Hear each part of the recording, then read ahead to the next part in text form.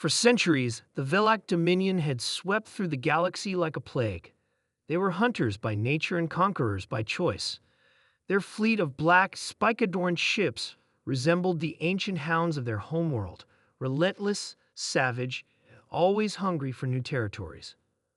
One by one, advanced civilizations fell before them. The proud Artarians, with their crystal cities and quantum technology. The peaceful Malorians, whose psychic abilities proved useless against the brutal efficiency of Velek weapons.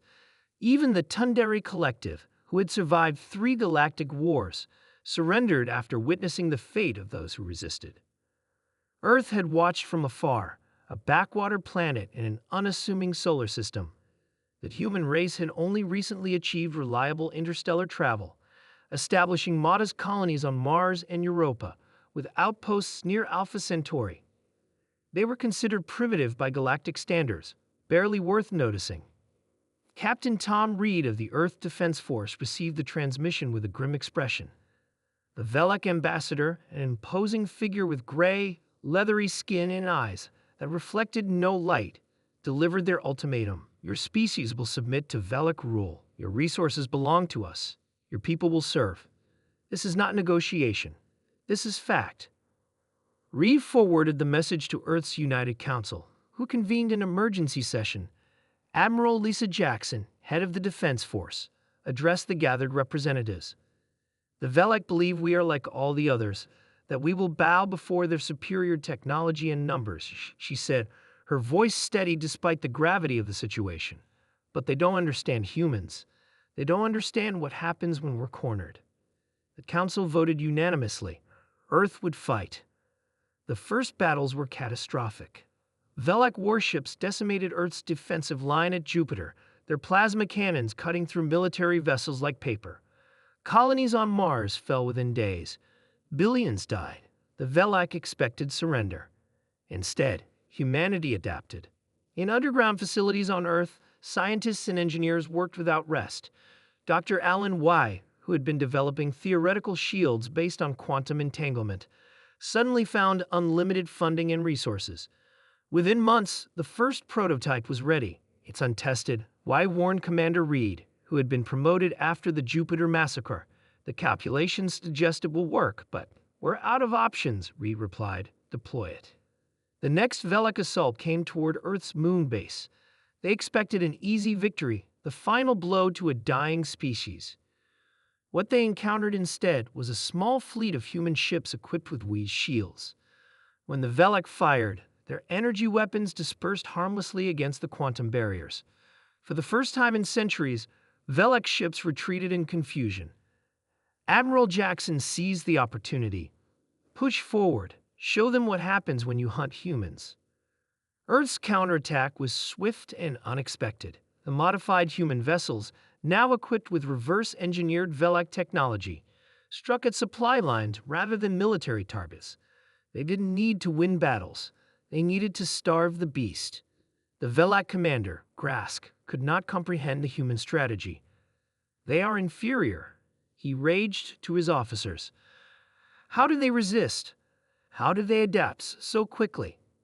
What Grask failed to understand was humanity's greatest strength, their history as both predator and prey.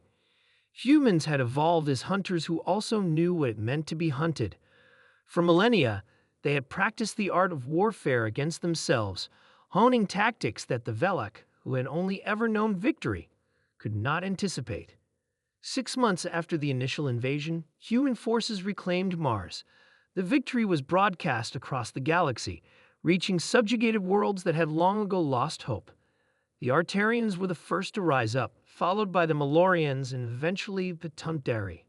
Earth provided them with shield technology and tactical guidance. What had been a one-sided conquest became a multi-front rebellion.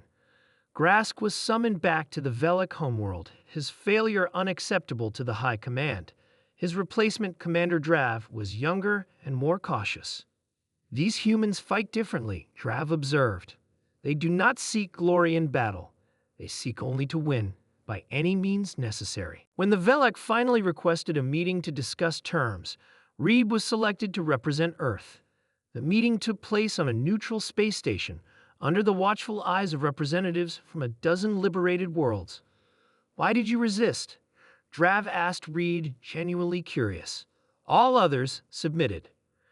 Reed's answer was simple, because we remember our own history. We've been conquerors and we've been conquered. We know both sides of power, and we decided long ago that freedom was worth any price. The treaty that followed wasn't merely a human victory. It became the foundation for a new galactic coalition, with Earth, once considered primitive, at its center. The Velak withdrew to their original territories. Their hounding of the galaxy finally halted. Years later, Admiral Jackson, now retired, stood on a viewing platform overlooking Earth. She watched as ships from dozens of worlds docked at the orbital station, traders, diplomats, scientists, all coming to the planet that had changed the course of galactic history. We didn't just push back, she murmured to herself. We pushed forward. In the vastness of space, former enemies now looked toward Earth with a mixture of respect and caution.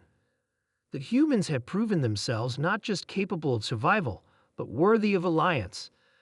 And they had taught the galaxy an important lesson.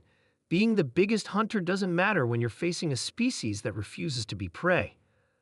The hounds of the galaxy had been leashed not by superior force, but by human determination, a power even the Velak had failed to understand until it was too late.